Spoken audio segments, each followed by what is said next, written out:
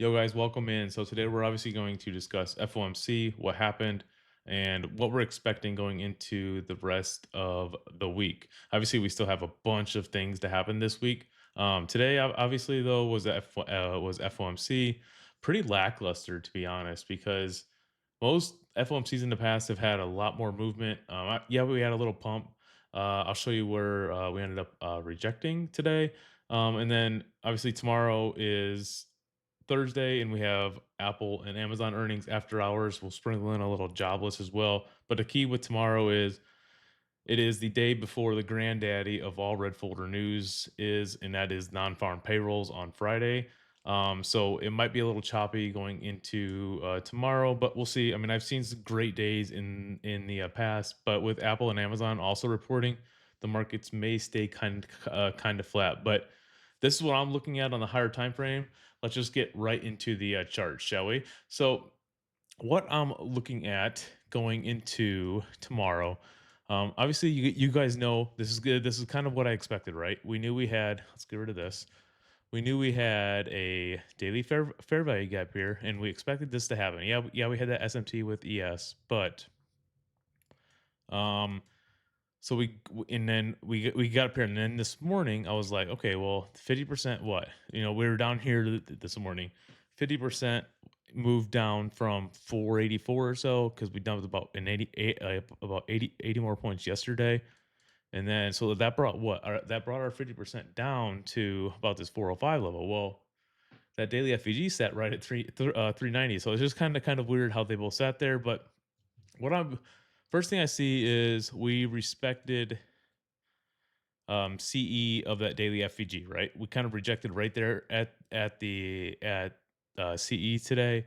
Doesn't mean too much. We also closed inside of it, but we know like our best shorts on in FEGs are going to be when prices doesn't even get to CE or it at least respects it. So another thing to keep note of, this high right here was ran today. So this is a bearish SMT, right? An SMT when uh when one indice takes a higher low and the other one doesn't. So if we go to ES, look what ES is. I don't know what is going on here. I've never seen this, but we're just gonna roll with it. But you guys know, obviously ES had this.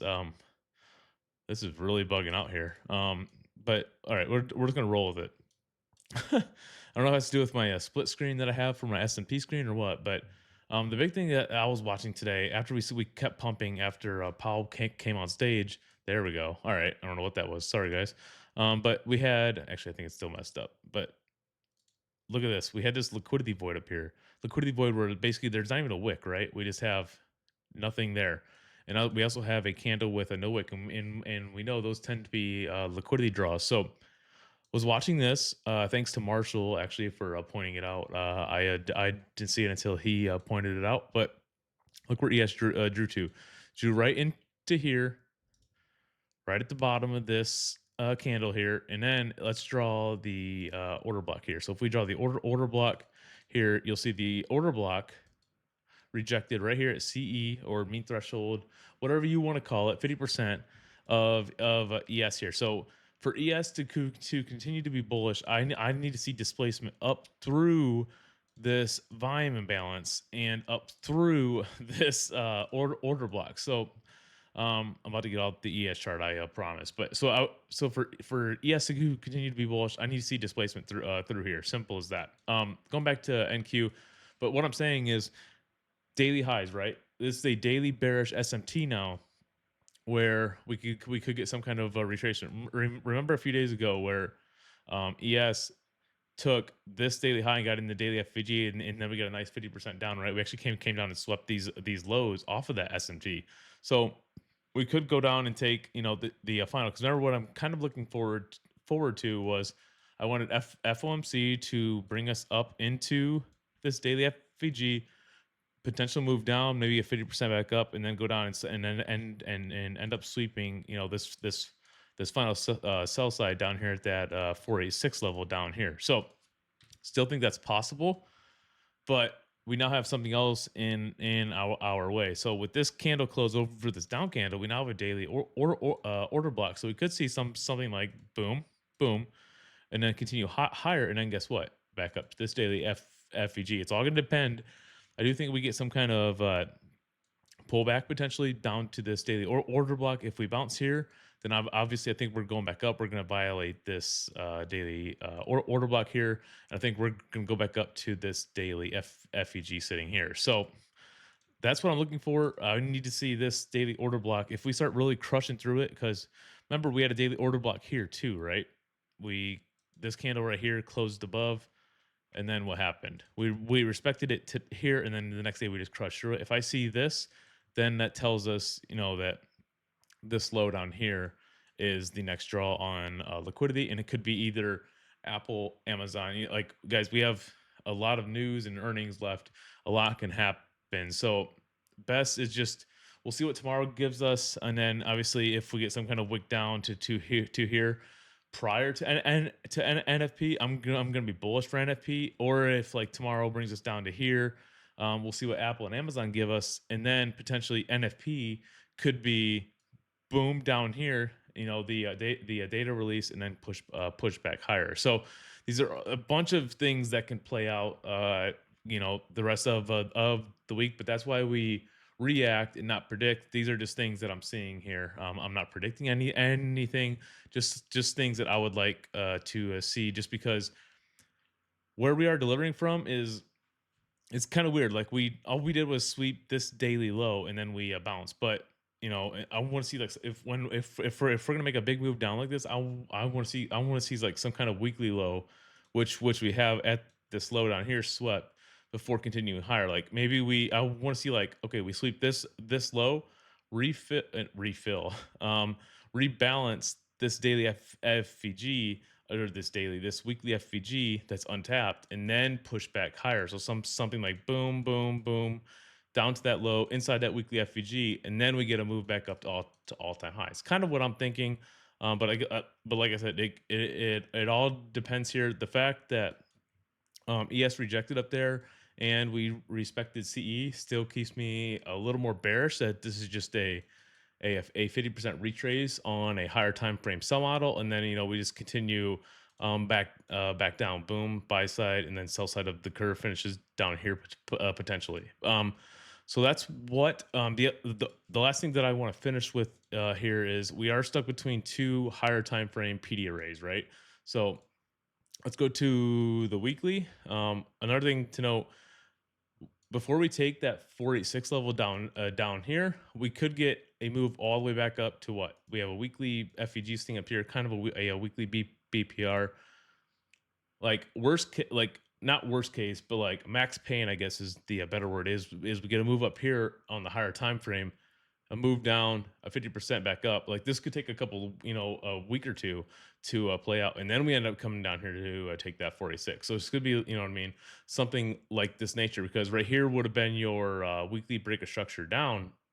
You have a weekly breaker here that obviously got respected here, but if it come back up, could respect this and then end up going back down to get max pain. And then guess what else sits up here?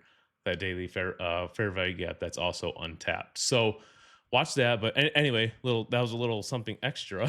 What I'm actually looking at here on the weekly time frame is this. We had a weekly inverse last week, right? We inverse this weekly down, so we should expect it to take some kind of weekly low. We did not take this low, and we did not take our 486 level. So you see, we're back in the middle of that. It kind of lines up with that daily FVG, right? Right, we're still respecting CE of it. Excuse me. But so we have that on the weekly. But let's go up a time frame. It's not often we use the monthly time frame, but look at the monthly. Do you guys know what this is? If you don't, pause the video, figure it out. All right. Well, if you rejoined, this is a monthly order blocker, right? This monthly low right here swept this monthly low, filled in this little monthly VI here, and look what happened. We ended up closing back above it in June, and you guys know order blocks are just like fair value gaps. They like to be filled, right? So we come back down. Look where we bounce. So you have to remember here. Well, this could send us right back to time highs, and this whole thing was just a move down to tap into this monthly order block.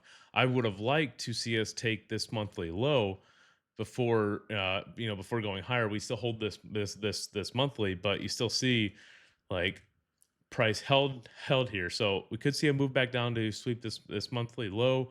This monthly low sits at 675. So not even quite to that 486 level. So if we sweep 675, that monthly low, maybe 486, and then back higher. But like I said, we are delivering for now from a monthly order block bullish. So this could easily go right back to all time highs as well. So that's why we react instead of predict, but just showing you guys what I am seeing here on the higher time frame. So with that, tomorrow we will just, I mean, our condition overnight is we'll just see how we react here. Let's go down to like the hourly time frame. Our hourly time frame doesn't show too much. We came into the PM session today, holding these hourly fair value gaps, and that obviously pushed us up towards where we finished today, and then that helped ES get up into this mess. If it'll let me mess with it again, but like I said, we to be bullish, we want to see displacement through all this mess here on ES, where we expected some kind of resistance today, and we need to see more displacement up from NQ. Don't forget, NQ has a gap up here at that 880, 890 level. It's a new day opening gap from a gap down a couple nights ago that we could draw up to first, which also what could take us up towards that daily and weekly fair value gap above. So with that, Asia's been pretty good lately. There's not many conditions to watch tonight. Not many draws. Like I said, you're like our normal draws are gonna be, I, our first draw tomorrow is probably this. It's probably gonna be today's high during Asia and London. Why? Because just going off the next day daily bias video, um, we closed above this down candle. So the next day we should expect to take at least this high. So maybe tonight we get something like this, and then move back down to the daily FEG. And then in the morning, we'll see if we get displacement back up or back down through it. And that'll give us hopefully some kind of bias going into tomorrow. And then obviously Apple and Amazon will hopefully tip its hands to us as well on the next higher time frame draw. So with that, hope you guys have a great evening. Thanks for tuning in. We'll see you guys next time.